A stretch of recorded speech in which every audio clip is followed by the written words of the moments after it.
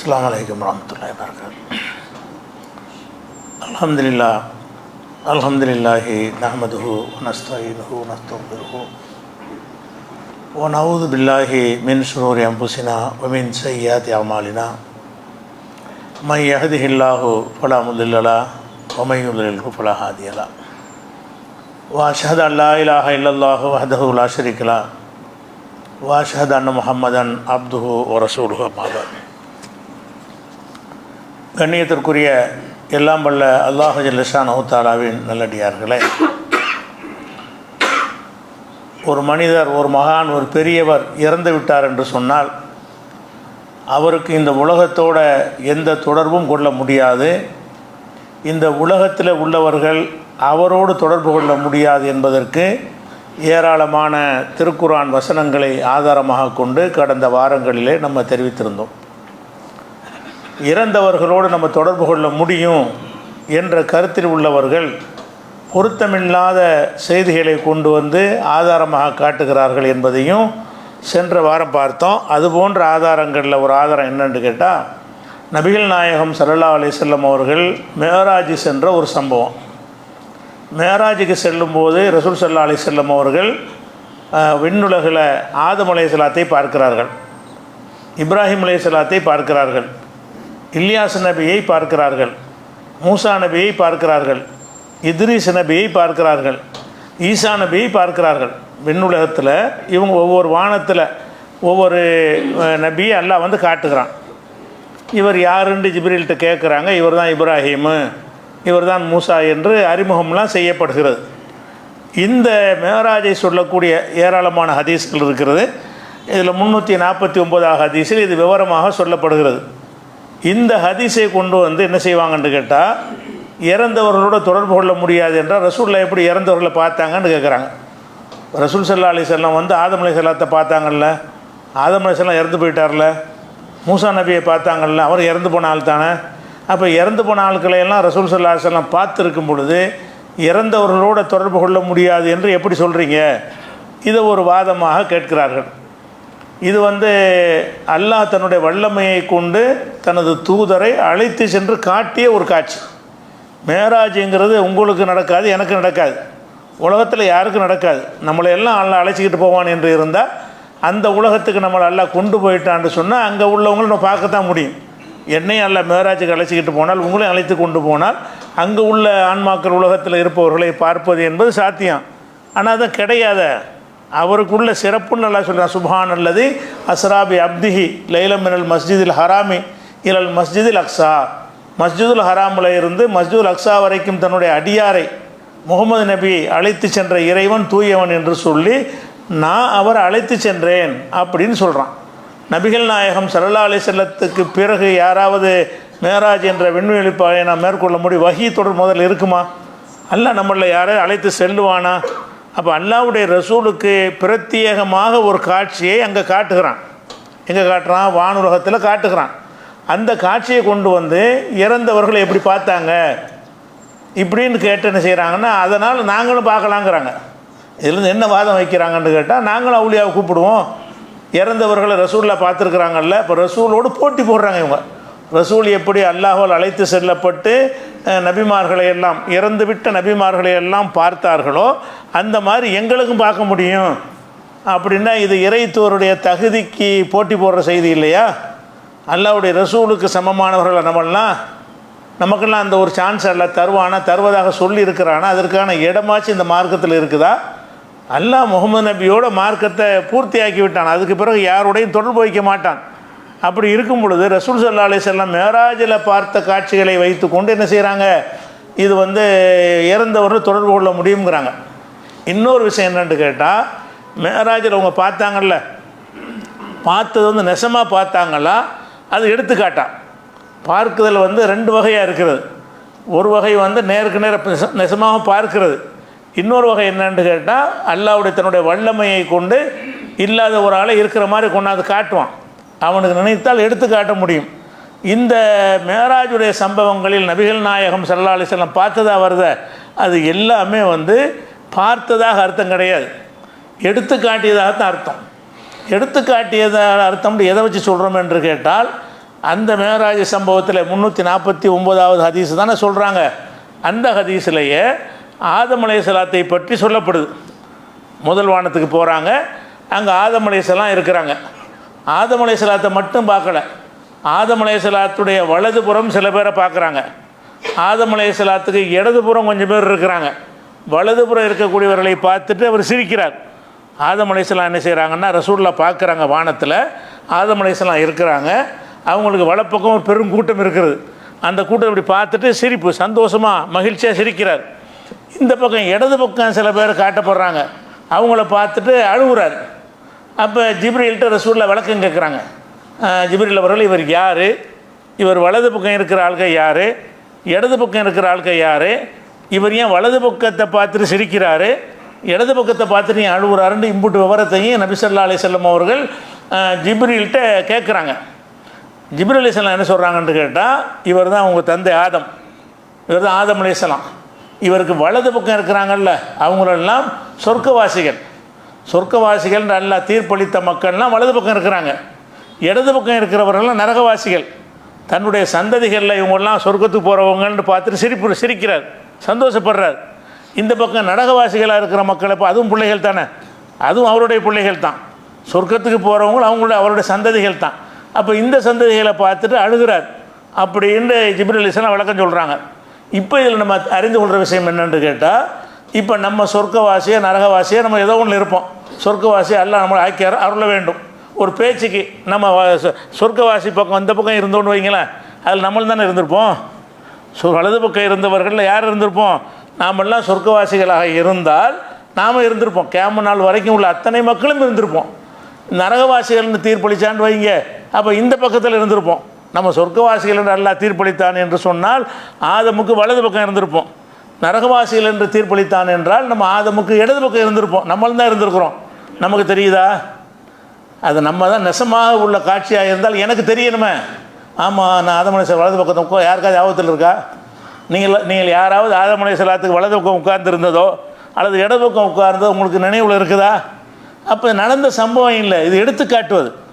சரி, இனிமேல் எல்லா சொர்க்கவாசிகள்லாம் சொர்க்கத்துக்கு போயிட்டாங்களா? ஆமாம், ரசூலுல்லாஹ் வந்து பார்த்தாங்களே மேராஜில், பார்க்கும் பொழுது சொர்க்கவாசிகள் என்று தீர்ப்பு அளிக்கப்பட்டுருச்சா? நரகவாசிகளுக்கு தீர்ப்பு எதுவும் அளிக்கப்பட்டுச்சா? தீர்ப்பு எப்போ அளிக்கப்படும்? உலகம் அளிக்கப்பட்ட பிறகு தான் தீர்ப்பு அளிக்கப்படும். முழுசாக கியாமத்து நாள்லாம் வந்த பிறகு எல்லா மனிதர்களையும் அழித்து முடித்த பிறகு திரும்ப அல்லாஹ் உயிராக்கி விசாரணை செய்து நீ சொர்க்கவாசி நீ நரகவாசின்னு சொல்லி அப்புறம் தானே சொர்க்கத்துக்கு போகிறவங்க சொர்க்கவாசியாக இருப்பாங்க, நரகவாசி நரகத்துக்கு போவாங்க. இப்போ ஆதம் அலைஹிஸ்ஸலாத்துக்கு பார்க்கும் பொழுது ஒருத்தரும் சொர்க்கவாசி இல்லையே. ஆதம் அலைஹிஸ்ஸலாத்தை ரசூலுல்லாஹ் பார்க்கும் பொழுது சொர்க்கவாசிகளாகவும் யாரும் ஆக்கப்படவில்லை, நரகவாசியாகவும் யாரும் ஆக்கப்படவில்லை, தீர்ப்பு அளிக்கப்படவில்லை. அப்போ இனிமேல் நடக்கிறது தான் எடுத்து காட்டினானே தவிர அது நேரடியான சம்பவமாக இருந்தால் அப்போ சொர்க்கவாசிகள் உள்ளவங்களாம் சொர்க்கம் போயிட்டாங்களா? அப்போ நம்மளாம் சொர்க்கத்துக்கு போயிட்டோம். அப்போவே சொர்க்கவாசிகள்னால் நம்ம சொர்க்கம் அந்த பக்கம் இருந்தோன்னு வைங்க, நம்ம சொர்க்கத்தில் போயிருக்கணும். இங்கே பூமியில் வாழ்ந்துக்கிட்டு இருக்கிறீங்களே, சொர்க்கவாசிகள்னு சொல்லப்பட்டவர்கள் இந்த பூமியில் வாழ்ந்து கொண்டிருக்கிறீங்க, நரகவாசிகள்னு சொல்லப்பட்டவங்க இந்த பூமியில் வாழ்ந்து கொண்டிருக்கிறீங்க. அப்போ இனிமேல் தான் சொர்க்கத்துக்கோ நரகத்துக்கோ போக போகிறீங்க. அப்படி இருக்கிறவங்களும் அங்கே வச்சு காட்டப்படுறாங்களே, அப்போ அங்கே தான் விளங்குறோம் இது சந்திப்பு அல்ல. அல்லாஹ் தன்னுடைய வல்லமையை கொண்டு இனிமேல் என்ன ஒன்றா இருக்கிறதோ அவனுக்கு எடுத்து காட்ட முடியும். அல்லாஹ்வுக்கு வந்து நடந்ததை மட்டும் காட்ட முடியாது, நடக்க இருப்பதையும் காட்டுவான். இனிமேல் இப்படியெல்லாம் நடக்கும் என்று காட்டுவான் என்பது அதே சம்பவம் காட்டுதா இல்லையா? அப்போ மேராஜில் ரசூல் ஸல்லல்லாஹு அலைஹி வஸல்லம் ஆதம் அலைஹிஸ்ஸலாத்தை பார்த்ததை வச்சுக்கிட்டு நீங்கள் வாதம் பண்ணுற ஆளுக்கு ஆதம் அலைஹிஸ்ஸலாத்தை மட்டும் பார்க்கலையே, என்னையும் தானே பார்த்துருக்குறாங்க, உங்களையும் தானே பார்த்துருக்குறாங்க, எல்லாரையும் தானே பார்த்துருக்குறாங்க. அந்த பக்கமும் அந்த பக்கமும் ரசூல் ஸல்லல்லாஹு அலைஹி வஸல்லம் ஆதமுக்கு வலது பக்கத்தில் பார்த்தாங்கல்ல, அதில் நீங்களும் நாங்களே இருந்திருப்போம்ல. இடது பக்கம் பார்த்தாங்கல்ல, அதில் நீங்களும் நாங்களே இருந்திருப்போமா இல்லையா? ரெண்டில் ஒன்றில் இருந்திருப்போம்ல, ஒன்று இந்த பக்கமோ அல்ல அந்த பக்கமோ இருந்திருப்போம். அப்போ நம்மளையும் தான் ரசூலுல்லாஹ் பார்த்தாங்கன்னு சொல்லுவீங்களா? அதில் ரசூலுல்லாஹ் வந்து பார்த்தாங்களே வானத்துக்கு. அப்போ உங்களுக்கு ஞாபகம் நீங்களும் தானே இருந்தீங்க, ஆதம் அலைஹிஸ்ஸலாத்துக்கு வலது பக்கம் இருந்தீங்கல்ல. அப்போ உங்களுக்கு ரசூலுல்லாஹ் வந்தது சந்தித்தது ஜிப்ரீல்கிட்ட கேட்டதெல்லாம் ஞாபகத்துக்கு வருதா? அப்போ இது நடந்தது இல்லை, இது எடுத்து காட்டுவது என்று சொன்னால் நடக்காத ஒன்றை வந்து அல்லாஹ் நினைச்சா என்ன செய்வான், எடுத்து ஆதமை சந்திப்பது போல எடுத்து காட்டுவான். அங்கே சொர்க்கத்துக்கு வாசிகள் யாரெல்லாம் இனிமேல் போவார்களோ அவர்களை இப்போதே எடுத்து காட்டுவான். நரகத்துக்கு யாரெல்லாம் இனிமேல் போவார்களோ அவர்களை போவதற்கு முன்னாடி அதை எடுத்து காட்டுவான். அப்படிங்கிறது தான் அது அர்த்தமே தவிர, இதை கொண்டு என்ன செய்கிறாங்கன்னு கேட்டால் இறந்தவர்களோடு நாங்கள் கான்டாக்ட் பண்ண முடியுங்கிறாங்க. இதை வைத்து கொண்டு ரசூலுல்லாஹ் எப்படி நபிமார்களை எல்லாம் இறந்து போன நபிமார்களை எல்லாம் பார்த்தார்களோ அந்த மாதிரி நாங்களும் பார்க்க முடியும் அப்படிங்கிறாங்க. அதே மாதிரி இந்த ஹதீஸில் மூசா நபி சம்பவம் வரும். மூசா நபி என்ன செய்வாங்கன்னா, ரசூலுல்லாஹ் போயிட்டு திரும்பி வரும்போது வழிமறித்து என்ன இறைவன் உங்கள்கிட்ட என்ன சொன்னான்னு கேட்பார். எனக்கு 50 வக்து தொழுகை அல்லாஹ் கடமையாக்கி இருக்கிறான்னு ரசூலுல்லாஹ் சொல்லுவாங்க. மூசா நபி என்ன செய்வாங்கன்னா, 50 வக்துலாம் உங்கள் 9 தாங்க மாட்டாங்க, நீங்கள் பாட்டுக்கு அந்த கடமைன்னு வாங்கிட்டு போனீங்கன்னா உங்கள் சமுதாய மக்கள் பலவீனர்களாக இருக்கிறாங்க, நான் என்னுடைய உம்மத்தோடு ரொம்ப பாடுபட்டுட்டேன், அவங்களுக்கே முடியலை, நீங்கள் பின்னாடி வர்றவங்க இன்னும் ரொம்ப வீக்காக இருப்பாங்க, நீங்கள் அல்லாட்ட போய் கொஞ்சம் குறைச்சி கேளுங்க, 50 வக்து தொழுகையோடு நீங்கள் போனீங்கன்னு சொன்னால் உங்கள் மக்கள் வந்து தாங்க மாட்டாங்கன்னு அவர் சொல்கிறார். உடனே ரசூலுல்லாஹ் என்ன செய்கிறாங்கன்னா, மறுபடி மேலே போகிறாங்க, இறைவன்ட்ட போய் இறைவா 50 அதிகமாக இருக்குது, நீ குறைச்சி கொடுன்னு கேட்குறாங்க. அல்லாஹ் என்ன செஞ்சான்னு ஒரு 10 தடவை போகிறாங்க, 5 குறைக்கிறான்ல, ஒரு 45, இவர் 45லாம் சரி வர, இன்னும் கொஞ்சம் குறைச்சி கேளுங்க, அப்புறம் 40லாம் சரி வர, இன்னும் கொஞ்சம் குறைச்சி கேளுங்க, கடைசியில் 5 வர்றாங்க, 5 கூட வேணாம் குறைச்சி கேளுங்க பாரு, நான் இதுக்கு மேலே அல்லாட்ட போகிறது நான் வைக்கப்படுறேன் அப்படின்னு சொல்லிட்டு ரசூலுல்லாஹ் வந்துடுவாங்கன்னு அந்த ஹதீஸில், அதே ஹதீஸில் எந்த ஹதீஸில் ஆதம் அலைஹிஸ்ஸலாத்தை பார்த்தாங்கன்னு சொல்கிறீங்களோ அந்த 349வது ஹதீஸில் தான் இந்த விஷயம் இருக்கிறது. இது எடுத்து என்ன செய்வாங்கன்னு கேட்டால், இறந்தவர்களை சந்திக்க முடியுமா என்று கேட்கிறார்கள். சந்திக்கிறது என்ன, இறந்தவர்கள் உதவியே செய்வார்கள். எப்படிப்பட்ட உதவி செஞ்சுருக்கிறாங்க மூசா நபி, எப்படி பாயிண்ட் உங்களுக்கு பாயிண்ட் காட்டுறாங்களா, மூசா நபி நம்ம உம்மத்துகளுக்காக வேண்டி ரசூலுல்லாஹ்வை சந்தித்து எப்படிப்பட்ட உதவி செஞ்சுருக்கிறாங்க. அவங்க அந்த உதவி செஞ்சிருக்காவிட்டால் உங்களுக்கு 50 வக்து தொழுகை கடமையாக்கியிருந்தால் எத்தனை பேர் நிறைவேற்றுவீங்க. அதனால் இறந்தவர்களை பார்ப்பது மாத்திரமல்ல, இறந்தவர்கள் நமக்கு உதவியும் செய்வார்கள் அப்படின்னு என்ன செய்கிறாங்கன்னா, இதெல்லாம் மேராஜ் சம்பவத்தை வைத்து கொண்டு தான் அந்த தர்கா வழிபாடு, செத்தவங்களை கூப்பிட்றதுக்கெல்லாம் ஆதாரம் காட்டுறார்கள். அப்போ இதுவும் என்னன்னு கேட்டால் இதுவும் எடுத்துக்காட்டப்பட்டது தான். ஏன்னா மூசா நபி அங்கே பார்த்தாங்கல்ல, அங்கே பார்த்த மூசா நபி என்ன செஞ்சாங்கன்னா போகும்போது ஒருக்கா பார்த்துடுறாங்க. அதே மூசா நபியை பைத்துல் முகத்தஸ்லையும் பார்க்குறாங்க. முதல்ல பைத்துல் முகத்தஸில் போனவுடனே மூசா நபி கபூரில் தொழுதுகிட்டு இருக்கிறதாக எல்லாம் காட்டுறான். மூசா நபி வந்து கபூரில் தொழுது கொண்டிருப்பதை ரசூலுல்லாஹ் பார்த்துட்டு தான் மேராஜுக்கு போகிறாங்க. போனால் அங்கேயும் இருக்கிறார். இங்கே அவர் மேராஜ் கூட்டிகிட்டே போகல, ரசூலுல்லாஹ்வுக்கு தான் இல்லை சிறப்பாக கொடுத்துருக்குறான். அப்போ ரசூல் ஸல்லல்லாஹு அலைஹி வஸல்லம் அவர்கள் மூசா நபியை வந்து அந்த பைத்துல் முகத்தஸ் ஜெருசலத்திலையும் வைத்து ஒருக்கா பார்க்குறாங்க. பார்த்துட்டு மேலே போனால் அங்கேயும் இருக்கிறார். அப்படின்னா என்ன அர்த்தம், எடுத்துக்காட்டுன்னு அர்த்தம். இங்கே இருக்கிறது இங்கே தொழுகிற மாதிரி காட்டுறான், அங்கே 2 உரையாடுற மாதிரி காட்டுறான். அல்லாஹ் வந்து 5 வக்து கொடுக்கத்தான் நினைக்கிறான். அதனுடைய முக்கியத்தை உணர்த்துவதற்காக வேண்டி மூசா நபி மாதிரி காட்டி, அவர் உரையாடுற மாதிரி எடுத்துக்காட்டி, அவர் சொல்லி புரிய வச்சு கடைசியில் உங்களுக்கு வந்து செய்யும்போது நீங்கள் என்ன செய்வீங்க, அல்லாஹ் வந்து நமக்கு லேசாகி தந்திருக்கிறான், நம்ம கருணையை தந்திருக்கிறான் என்று விளங்குவதற்காக வேண்டி இப்படி ஒரு வேலையை எல்லாம் செஞ்சுருக்கிறான். அப்போ இதை வைத்து கொண்டு இறந்தவர்களோடு தொடர்பு கொள்ளலாம்னு சொன்னால், உதவி செய்யலாம்னு சொன்னால் எப்படி சாத்தியப்படும்? சரி, இறந்தவரோட உதவி செஞ்சார் மூசா நபி. எப்போ செஞ்சாங்க? மூசா நபி நேர ரசூலுல்லாஹ் பார்த்தாங்கல்ல, அந்த சம்பவத்தின் பிரகாரம் நேராக பார்த்தா நடுவில் பேசிக்கிட்டாங்க. அந்த மாதிரி நீங்கள் சொல்லக்கூடிய அவளியா கூட நிப்பாட்டு நேராக பேசுவோம், உதவி செய்வார்னு ஒத்துக்குருவோம். நான் ஒரு ஆண்டவருங்க அவர் கூட வர சொல்ல முன்னாடி நான் அவரை பார்க்கணும், அவர் என்னை பார்க்கணும், அப்போ தான் உதவி செய்ய முடியும். மூசா நபி எப்போ உதவி செஞ்சார் ரசூலுல்லாஹ்வுக்கு? இங்கே உட்காந்துட்ட மூசா நபின்னு ரசூலுல்லாஹ் கூப்பிட்டாங்களா, அல்லது மூசா நபியை நேருக்கு நேராக பார்க்குற மாதிரி எல்லாம் ஏற்பாடு பண்ணி கொடுத்தானா? மூசா நபியை நேருக்கு நேராக சந்தித்து தானே அவர் சொல்கிறாரு, 50 வக்து தாங்க மாட்டாங்க, நீ மேலே போ. மேலே போகிறத பார்க்குறாரு, திரும்பி வர்றதை பார்க்குறாரு. ஒருத்தருக்கு ஒருத்தர் நேருக்கு நேராக பார்த்து கொண்டால்தான் உதவி செய்யலாமே. அவங்களுக்கு நேருக்கு நேராக பார்க்குற மாதிரி ஒரு ஏற்பாட்டை எல்லாம் செஞ்சு கொடுத்தான். உங்களுக்கு இப்படி செஞ்சு கொடுத்தா கேளுங்க. இப்போ அப்துல் காதர் ஜிலானிங்கிறீங்களா, சரி உதவி செய்ய வர சொல்லுங்கள், கேட்போம் அவர்கிட்ட. என் முன்னாடி வர சொல்லுப்பா, அவர்கிட்ட கேட்போம், ஏதாவது செய்ய முடியுமான்னு கேட்போம். அப்படி தானே சொல்லணும். அவரை நீங்கள் பார்க்கவும் இல்லை, ஒரு வரவும் இல்லை, மர என்ன நாகூராண்டவருங்கிறீங்க. அப்போ ரசூல் ஸல்லல்லாஹு அலைஹி வஸல்லம் அவர்கள் இந்த பூமியில் வாழ்ந்து கொண்ட எந்த நேரத்திலேயாவது மூசாவே அன்றைக்கி மேராஜில் உதவி செஞ்ச மாதிரி இதுக்கு உதவி செய்யுங்கன்னு கேட்டாங்களா? மேராஜில் எனக்கு ஒரு உதவி செஞ்சீங்க, இப்போ ரொம்ப கஷ்டத்தில் இருக்கிறோம், இதுக்காக வேண்டி உதவி செய்யுங்கன்னு என்னைக்காவது மூசா நபியை கூப்பிட்டாங்களா?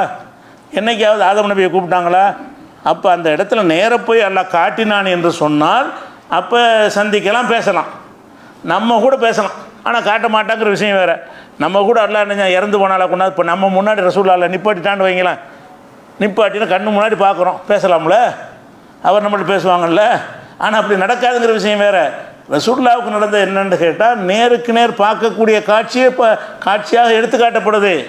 மூசா நபி பேசுகிறது ரசூலுல்லாஹ்வுக்கு விளங்குது, ரசூலுல்லா பேசுகிறது மூசா நபிக்கு விளங்குது. ஒருத்தரை ஒருத்தர் பார்த்துக்கிற இவர் தான் மூசாண்டவங்க அறிந்து கொள்கிறார்கள், இவர் தான் முகமது என்றவர் அறிந்து கொள்கிறார். அந்த மாதிரியான ஒரு சந்திப்பை ஏற்படுத்தித்தான் அந்த உதவிகள் அல்லாஹ் செய்ய வச்சானே தவிர, இங்கே பூமியில் உட்காந்துக்கிட்டே மூசா நபியை பார்க்காமல் உதவி கேட்டாருன்னு உங்களால் சொல்ல முடியுமா? அப்போ தெள்ள தெளிவாக இறந்தவர்களுக்கு இந்த உலகத்தில் தொடர்பு வைக்க முடியாதுன்ற ஆதாரம் இருக்கையில் இதுகளை நபிக்கு செஞ்ச ஒரு சிறப்பை கொண்டாந்து ஆதாரமாக காட்டுறாங்க. இது நபிகள் நாயகத்துக்கு அல்லாஹ் கொடுத்த ஒரு சிறப்பு தகுதி. இறை தூதர் என்பதற்காக வேண்டி தன்னுடைய வல்லமையை காட்டுவதற்காக அல்லாஹ் அழைத்து சென்று என்னென்னத்தையே பார்த்தாங்க, அதில் இதையும் பார்த்துருக்குறாங்க. அப்போ வல்லமையை காட்டுவதற்கு ஒரு சிறப்பாக ஒரு அந்தஸ்து ரசூலுல்லாஹ் கொடுத்ததை வைத்து கொண்டு இவங்க என்ன பண்ணுறாங்கன்னு கேட்டால், ரசூலுல்லாஹ் மூசாவை பார்த்தது போல் நாங்களும் பார்ப்போம், மூசா நபி ரசூலுல்லாஹ்வுக்கு உதவி செஞ்சது போல் எங்களுக்கு இந்த மகான் உதவி செய்வார் என்று சொல்லி சம்பந்தமில்லாமல் அந்த ஹதீஸை கொண்டாந்து பொறுத்து என்ன செய்கிறாங்க, ஒரு கேலிக்குரியதாக மார்க்கத்தை ஆக்கக்கூடிய ஒரு காட்சியை பார்க்குறோம். அதே மாதிரி இது ஒரு எடுத்துக்காட்டு தான் என்பதை விளங்குவதற்கு அதே மேராஜில் அதே சம்பவத்தில் வரக்கூடிய இன்னொரு செய்தியை பாருங்கள். ரசூல் ஸல்லல்லாஹு அலைஹி வஸல்லம் என்ன செய்கிறாங்கன்னு கேட்டால், சொர்க்கத்தை எல்லாம் காட்டுறான். ஆனால் சொர்க்கத்துக்கு யாரும் போகலை. அந்த காட்டின சொர்க்கத்துக்கு போகலை. இப்போ சொர்க்கம் இருக்குது, ஆனால் அழிச்சிட்டு வேறு சொர்க்கத்தை எல்லாம் படைக்குவான். அப்போ அங்கே சொர்க்கத்தை எல்லாம் எடுத்து காட்டுறான். அந்த சொர்க்கத்தில் பிலால் ரலியல்லாஹு அன்ஹு இருக்காங்கல்ல, முஅத்தினா இருக்காங்கல்ல, அவங்க நடந்து போயிட்டுருக்குறாங்க ரசூலுல்லாஹ்வுக்கு முன்னாடி. ரசூலுல்லாஹ் அந்த சொர்க்கத்தை காட்டப்படுது. அந்த சொர்க்கத்தில் யாரை பார்க்குறாங்கன்னா, பிலால் ரலி அவர்கள் அந்த சொர்க்கத்தில் நடந்து போய்கிட்டு இருக்கிற காட்சி. இப்போ அவருடைய நடையை வைத்து பிலால் போகிறார் என்று ரசூலுல்லாஹ் காட்டப்படுகிறது. காட்டப்பட்ட உடனே பிறகு இங்கே பூமிக்கு வந்த பிறகு பிலாலை கூப்பிட்றாங்க. பிலாலை, நீ இஸ்லாத்தை ஏற்றதுக்கு பிறகு நீ செஞ்ச ஒரு சிறந்த அமல் என்ன, அப்படி என்ன ஒரு சிறப்பான காரியம் செய்தாய் அப்படின்னு கேட்குறாங்க. அவர் எதுக்கு இதை கேட்குறியான்னு அவர் கேட்குறாரு.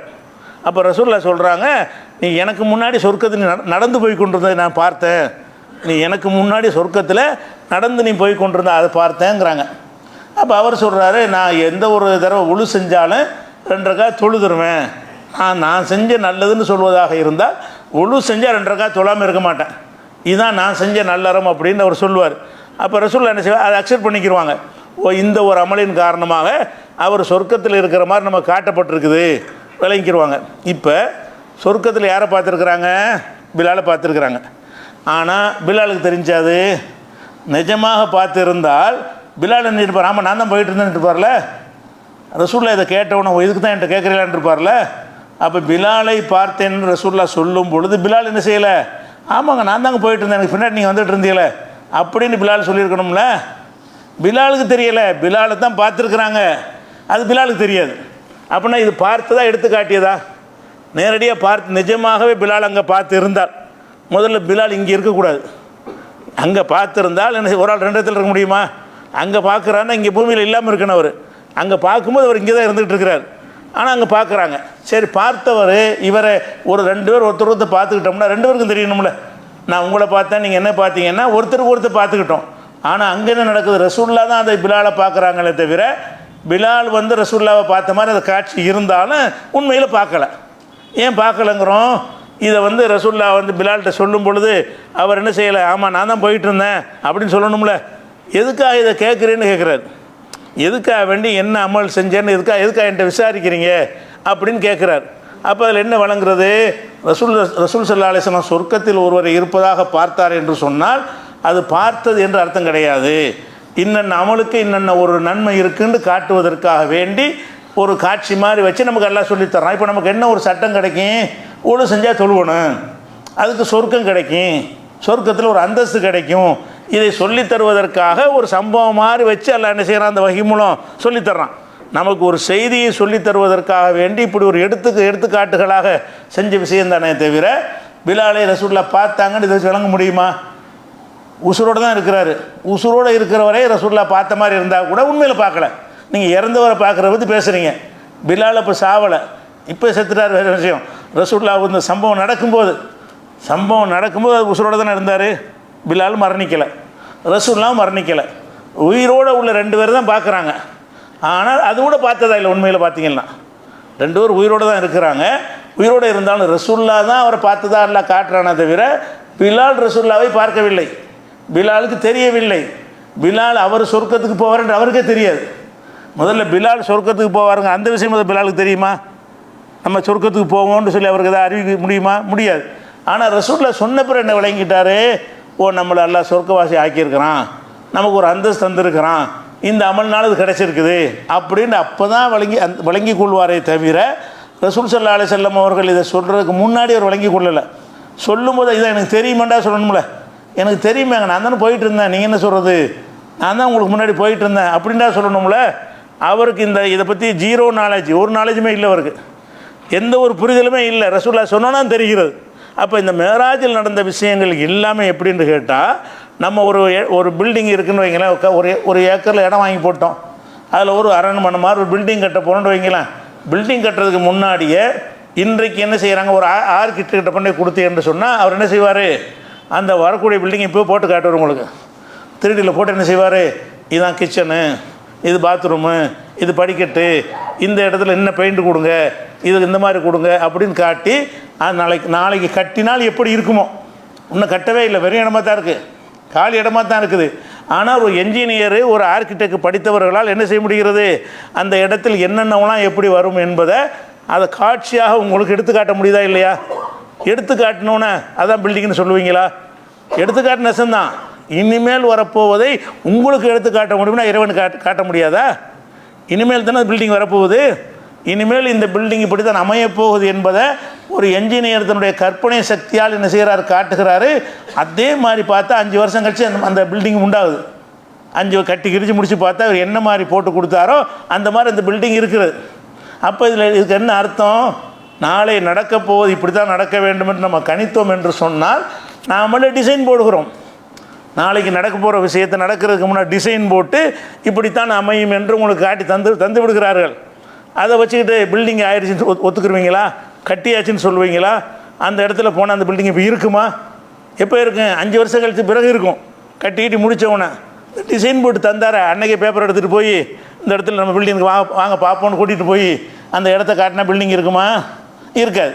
அப்போ மனிதர்கள் எப்படி நாளை நடக்கிறத எடுத்து காட்டுகிறார்களோ, நாளை நடக்கிறதுக்கு முன்னாடியே தத்துரூபமாக எடுத்து காட்டுகிறார்கள். நெசமாக கட்டுறான அதை விட நல்லா எடுத்து காட்டுறார்கள். இந்த 3Dயில் போட்டு காட்டின காட்சி கூட ரொம்ப சிறப்பாக இருக்கும், ஆனால் கட்டினதில் கூட கொஞ்சம் மைனஸாக இருக்கும். அதை விட ரொம்ப கவர்ச்சியான முறையில் அந்த இதை எடுத்து காட்டுற ஒரு இருக்கும் பொழுது படைத்த இறைவன் சொர்க்கத்துக்கு ஒருத்தரும் போகலை, அவன் எடுத்து காட்டுவான். ஏன்னா யாரெல்லாம் சொர்க்கத்துக்கு போவார்கள் அவனுக்கு தெரியும், நரகத்துக்கு இன்னும் போகவில்லை, ஆனால் அவனுக்கு எல்லாரையும் தெரியும் யாரெல்லாம் நரகத்துக்கு போவார்னு தெரியும். அதுகெல்லாம் அல்ல என்ன செய்வான், எடுத்து காட்டுவான். அப்போ எடுத்து காட்டுதல் என்கிற ஒரு விஷயத்தை வைத்து கொண்டு நம்ம என்ன செய்யக்கூடாது, இறந்தவர்கள் இங்கே வருவாங்க தொடர்பு கொள்வாங்கன்னு ஆதாரம் காட்டக்கூடாது. இன்னும் சொல்ல போனால் அல்லாஹ் என்ன செய்கிறான்னு ஆதம் அலைஹிஸ்ஸலாத்தை படைத்த உடனே ஆதமிடமிருந்து நம்ம எல்லோரும் உருவாகிருக்கிறோம். ஆதம் தான் நமக்கு தந்தை. உலகத்தில் உலகம் அழியிற வரைக்கும் உள்ள அத்தனை கோடி மக்களுக்கும் அவர் தான் தந்தை. அல்லாஹ் என்ன செய்கிறான்னு கேட்டால் அவரிடமிருந்து எல்லா உயிரணுக்களையும் வெளியேற்றுகிறான். எல்லோரும் நீங்கள் நான் எல்லோரும் அவர் முதுகில் தான் நம்ம இருக்கிறோம், அவர் மூலமாக தான் வந்திருக்கிறோம். அவரிடமிருந்து யாரெல்லாம் வரப்போகிறார்கள் அவர்களை எல்லாம் அல்லாஹ் ஒரு ஆன்மீக வகையில் எடுத்துக்காட்டி நம்மளையெல்லாம் எடுத்துக்காட்டி வச்சு அலஸ்து பிரப்பிக்கும், நான் உங்கள் இறைவன் இல்லையா என்று அல்லாஹ் கேட்டான். காலு பல ஆமா என்று சொன்னோம்னு அல்லாஹ் நமக்கு தெரியலானா, நம்ம சொல்லியிருக்கிறோம். அல்லாஹ் என்ன செஞ்சிருக்கிறான், நம்ம எல்லாரையும் வச்சு உறுதிமொழி எடுத்தேங்கிறான். ஏன்டா ஆதமுட்டையும் உறுதிமொழி எடுத்தேன், ஆதமுடைய மக்களாக இவங்க எல்லார்ட்டையும் உறுதிமொழி எடுத்தேன், அனைவருடைய ரூஹையும் வெளிப்படுத்தி காட்டி அவனுக்கு ஏழும். அல்லாஹ்வுக்கு நினச்சா என்ன செய்ய முடியும், நாளைக்கு வரப்போகிற ரூஹையெல்லாம் எடுத்துக்காட்ட முடியும். எடுத்துக்காட்டி அந்த ரூஹ்களை எல்லாம் முன்னாடி நிப்பாட்டி வைத்து கொண்டு நான் உங்கள் இறைவன் இல்லையான்னு கேட்குறான். எல்லாரும் ஆமாங்கிறோம். யார் முஸ்லீமும் ஆமாங்கிறான், முஸ்லீம் அல்லாதவர்களும் ஆமான்னு சொல்கிறாங்க, கடவுள் இல்லைங்கிறவங்க எல்லாரும் ஆமான்னு சொன்னாங்க. எல்லாரும் ஆமா என்று சொன்னார்கள். இன்றைக்கி இங்கே மாறிவிட்டீர்கள் அல்லாஹ் குர்ஆனில் என்ன செய்கிறான், கேட்டுக்கிறான். இது அஹ்ரஜ ரப்புக்க, உமது இறைவன் வெளிப்படுத்தினான் ஆதமிடமிருந்து அவருடைய முதுகளிலிருந்து என்ன செய்கிறான், உயிர்களெல்லாம் வெளிப்படுத்தி காட்டி அலஸ்து பி ரப்பிக்கும், நான் உங்கள் இறைவன் இல்லையா என்று கேட்டான்னு சொல்லப்படுது. இது உங்களுக்கு யாருக்காவது தெரியுமா, ஞாபகம் இருக்கா? இப்படி சொன்னவனையாச்சும் ஞாபகம் வருதா? இப்படி சொல்லிட்டோம்ல, ஆமாம் நம்ம நின்றமே ஆதம் எல்லாம் கேட்டான், நம்ம ஆமான்னு சொன்னவன் யாருக்கா ஞாபகம் வருதா? அப்போ இது எடுத்து காட்டுற விஷயங்கள் அல்லாஹ் எடுத்து காட்டுறது நடந்து அர்த்தம் கிடையாது. அல்லாஹ் நினச்சா என்ன செய்வான், நாளைக்கு நடக்கிற எடுத்துக்காட்டுவோம், நடக்கிற முந்தி எடுத்து காட்டுவான். அந்த மாதிரி நடந்த சம்பவங்களையாக கொண்டு வைத்து இறந்தவர்கள் பூமியோடு தொடர்பு கொள்வார்கள் என்று பொருத்தமற்ற வாதங்களை வைக்கிறார்கள். இன்னும் என்னென்ன பொருத்தமற்ற வாதங்களை வைக்கிறார்கள் என்பதை இன்ஷா அல்லாஹ் அடுத்தடுத்த வாரங்களில் பார்க்கலாம்.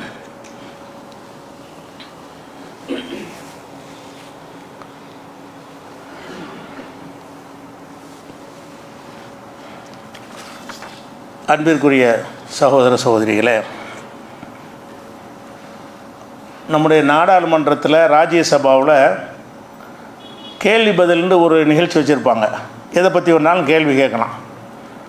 அந்த கேள்வி கேட்டோம்னு சொன்னால் உடனே சொல்ல மாட்டாங்க பதில். நீங்கள் கேட்க முடியாது. எம்பிக்களாக இருக்கிறவங்க என்ன செய்வாங்கன்னா, சில கேள்விகளை எழுத்து மூலமான கேள்வி கேட்டோம்னு சொன்னால் அந்த கேள்வியை அந்த மந்திரி வாங்கி அவர் கீழே உள்ள அதிகாரிகள்கிட்ட அனுப்பி அதனுடைய ரிட்டனான ஆதாரப்பூர்வமான பதிலை வாங்கி அதை நாடாளுமன்றத்தில் வாசிப்பார். இந்த கேள்வி கேட்டவருக்கு அந்த பதிலை கொடுப்பார்.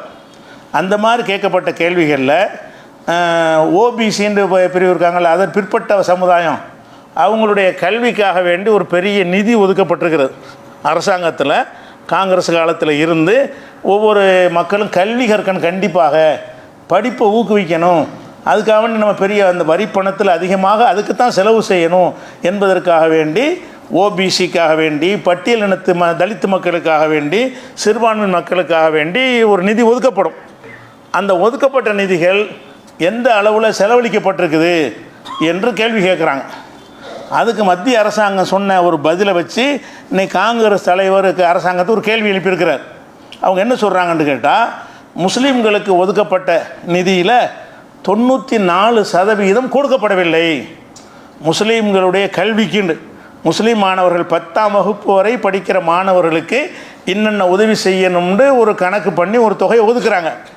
100 ரூபா ஒதுக்குனாங்கன்னு சொன்னால் 6 ரூபா தான் கொடுத்துருக்குறாங்க. 100 ரூபா பணத்தை ஒதுக்கியாச்சு, பணம் இல்லாமல் கொடுக்கல, பணத்தை ஒதுக்கியாச்சு. அந்த துறைக்கு 100 ரூபாய் ஒதுக்கியாச்சு. அந்த 100 ரூபாயில் எவ்வளோ கொடுத்துருக்குறாங்கன்னு கேட்டால் 6 ரூபா கொடுத்துருக்குறாங்க. 94 ரூபாய் கொடுக்கப்படவில்லை. 94% கொடுக்கப்படவில்லை. என்ன செய்வாங்கன்னா, சிறுபான்மை விண்ணப்பிச்சாங்கன்னு சொன்னால் 100 பேர் விண்ணப்பிச்சாங்கன்னு சொன்னால் 94 பேருடைய விண்ணப்பத்தை கிழிச்சு போட்டுருது. ஃபார்மாலிட்டிக்கு ஒரு 6 பேருக்கு கொடுக்குறது. அப்போ சிறுபான்மை மக்களுக்கு கொடுக்குறதுங்கிற பேரில் எங்கிட்ட வரி வாங்குறீங்க, அதற்காக நிதி ஒதுக்கப்படுது. பட்ஜெட்டில் அது விவாதிக்கப்பட்டு ஒதுக்கப்பட்ட ஒரு நிதி. அந்த நிதியை ஒதுக்கி வைத்து கொண்டு அதிகாரிகளுக்கு டைரக்ஷன் பண்ணுறது, கொடுத்துறாத, ஏதாவது காரணம் காட்டி அந்த மனுக்கள் நிராகரிச்சிரு என்று சொல்லி 10ஆம் கிளாஸ் வரைக்கும் உள்ள உதவிகள் இருக்குல்ல, 10ஆம் கிளாஸ் வரைக்கும் உள்ள மாணவர்களுக்குன்னு சில உதவிகள் ஒதுக்குறாங்க. அந்த உதவித்தொகைகளில் 94% கொடுக்கப்படவில்லை. அதே மாதிரி தலித்து மக்கள், பட்டியலின மக்களுக்கு ஒதுக்கப்பட்டதில் 57% கொடுக்கப்படவில்லை. பட்டியலினத்து மக்களுக்கு 100 ரூபா ஒதுக்குனாங்கன்னு சொன்னால் 43 தான் கொடுக்குறாங்க, 57 வச்சு கொடுக்காமல் இருந்துடுறாங்க. ஆனால் பட்டியலினத்து மக்கள் வாங்குவது தகுதியானவர்கள் இருக்கிறார்கள். இருந்தால் கூட தலித்து மக்களுடைய மனுவெல்லாம் பார்க்குறாங்க. பார்த்து அதிகாரிகளுக்கு இன்ஸ்ட்ரக்ஷன் கொடுத்துருவாங்க, ஒரு பாதி அளவுக்கு கழிச்சு விட்ரு, எப்படியாவது என்னத்தையா ஆனாக்கு பதில் ஆவணா இருக்கு என்னத்தையா சொல்லி கழிப்பாங்கல்ல. இந்த மாதிரி அந்த மனுக்களை நிராகரிச்சுங்கிற ஒரு டைரக்ஷன் அடிப்படையில் 57% நிதி 100 கோடி ஒதுக்குனாங்கன்னு சொன்னால் அதில் 57 கோடி மிச்சப்படுத்திடுறது. அவங்களுக்குன்னு ஒதுக்கணும்னு பட்ஜெட்டில் எழுதியாச்சு, ஒதுக்கியாச்சு. ஒதுக்கணும் நிதியை கொடுக்காமல் எவ்வளோ 57% கொடுக்கல. இதர பிற்பட்ட வகுப்பினருக்கு கொடுக்குறதுல 77% கொடுக்கல. அப்படின்னா என்ன, முன்னேறிய சமுதாயம் மட்டும்தான் படிக்கணும், அந்த உயர்ந்த சாதி மட்டும்தான் படிக்கணும். மற்றவர்கள்லாம் படிப்பு இல்லாமல் இப்படி கீழே போகணும். ஏன்னா கல்வி உதவி வரலான்னு என்ன செய்வான், வேலைக்கு அனுப்பிடுவான் பிள்ளைய. அந்த உதவிகள் வரும்போது தான் ஏழை மக்கள் என்ன செய்வாங்க, பள்ளிக்கூடத்துக்கு அனுப்புவாங்க. அப்படின்லாம் அவன் படிக்கணுங்கிறதுக்காக தான் மதிய உணவு அந்த திட்டம்லாம் கொண்டு வர்றாங்க. சாப்பாடெலாம் எது கொடுக்குறாங்க, இந்த சாப்பாட்டுக்காக வேண்டி என்ன செய்கிறாங்க, பிள்ளைகளை வேலைக்கு அனுப்பிடுறாங்க. அதனால் சாப்பாடு ஒரு பிரச்சனையாக இருக்கக்கூடாதுங்கிறதுக்காக தான் காமராஜர் காலத்திலேருந்து இன்றைக்கு வரைக்கும் இலவச சத்துணவு ஒன்று கொடுக்குறாங்கல்ல பள்ளிக்கூடத்தில். இதுக்காக வேண்டி கற்கணுங்கிறதுக்காக தான், எல்லா பிள்ளையும் படிக்கணுங்கிறதுக்கு. இவங்க எல்லா பிள்ளையும் படிக்கக்கூடாது என்பதற்காக வேண்டி அவங்க ஏன் திட்டம் போடுறாங்க, மேல் சாதி மக்கள் மட்டும்தான் படிக்கணும், கீழே உள்ளவர்களுக்கு இருந்தாலும் ஒதுக்கீடு கொடுத்து அவனும் படிச்சிருவான். சிறுபான்மை படிக்கவே கூடாது. 100 பேரில் 4 பேர் தான் படிக்கணும், 100ல் 6 தான் படிக்கணும், 94 பேர் படிக்காமல் போகணும். உதவிகளை நிப்பாட்டு அப்படிங்கிறதுக்காக வேண்டி பிளான் பண்ணியிருக்கிறாங்க. இது 10 வரைக்கும் உள்ளது. 11லேருந்து உதவித்தொகை இருக்குது. 11லேருந்து கல்லூரி வரைக்கும் மாணவர்கள் படிப்பதற்கு அரசாங்கத்தில் நிதி ஒதுக்கப்படுகிறது. அந்த நிதியில் சிறுபான்மை மக்களுக்குன்னு ஒதுக்குற நிதியில் 83% கொடுக்கப்படலை. இதெல்லாம் வந்து பாராளுமன்றத்தில் அரசாங்கம் சொன்ன பதில். இது வந்து எதிர்க்கட்சிகள் ஊகமாக சொன்ன விஷயம் இல்லை. எவ்வளோப்பா ஒதுக்கிறீங்கன்னு அவன்கிட்ட கேட்டால் நாங்கள் இவ்வளோ தான் ஒதுக்கி கொடுத்துருக்கோன்னு அவன் சொல்கிறான். அதாவது சிறுபான்மை மக்களுக்கு வந்து 17 தான் நாங்கள் கொடுத்துருக்குறோம், 83 கொடுக்கல. அதாவது 100 கோடி ஒதுக்குனாங்கன்னு சொன்னால் 17 கோடி கொடுக்குறது, 83 கோடியை வந்து கொடுக்காமல் நிப்பாட்டி வச்சிடுறது. நிப்பாட்டி வச்ச நேரம் அடுத்த வருஷம் வேறு எதாவது செலவழிச்சிக்கிறது, வேறு ஏதாவது ஊதாரித்தனம் பண்ணுறது, அதுக்கு செலவழிச்சிக்கிடுவாங்க ஒதுக்கிட்டாங்கன்னா. அப்போ இது 10க்கு மேலே உள்ளதுலேயும் வந்து 83 கொடுக்கல. அதே மாதிரி பழங்குடி மக்களுக்கு 21% கொடுக்கப்படலை, பட்டியலின மக்களுக்கு 13% கொடுக்கப்படவில்லை, ஓபிசி பிரிவுக்கு 58% கொடுக்கப்பட. இதெல்லாம் வந்து ராஜ்யசபா பாராளுமன்றத்தில் உறுப்பினர்கள் கேட்ட கேள்விக்கு அரசாங்கம் அதிகாரப்பூர்வமாக பதில்களை பெற்று அதை வைத்து கொண்டு இன்றைக்கி காங்கிரஸ் கார்கே என்ன செய்கிறாரு, கேள்வி கேட்குறார். என்னடா நிர்வாகம் பண்ணுறீங்க, அதுக்கு நிதி இருக்கிறது, அதுக்கு ஒதுக்கி வைத்திருக்கிறோம், புதுசாக பட்ஜெட் போட தேவையில்லை, கையில் காசு இல்லைன்னு நீங்கள் சொல்ல இயலாது.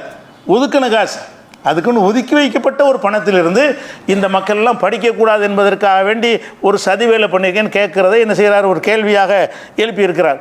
அப்போ நம்ம கல்வி கற்றக்கூடாது, நமக்கு மட்டுமில்லை, முஸ்லீம்களுக்கு மாத்திரம் இல்லாமல் ஒடுக்கப்பட்டவங்க, பட்டியலினத்து மக்கள், பழங்குடி மக்கள், இவங்களெல்லாம் படிக்கக்கூடாது என்பதற்காக வேண்டி அவங்கள மேலே கொண்டு வருவதற்காக வேண்டி முந்தைய ஆட்சிகளில் என்னென்ன மாதிரி திட்டங்கள் போடப்பட்டுச்சோ அதெல்லாம் பயனற்றதாகக்கூடிய வகையில் செஞ்சுருக்கிறாங்க என்பதை ஒரு தகவலுக்காக வேண்டி, நம்மளையெல்லாம் படிக்கக்கூடாது என்பதற்காக வேண்டி அவ்வளவு திட்டம் போட்டு வேலை செய்கிறார்கள் என்பதை ஒரு தகவலாக கூறிக்கொள்கிறேன். அஸ்ஸலாமு அலைக்கும்.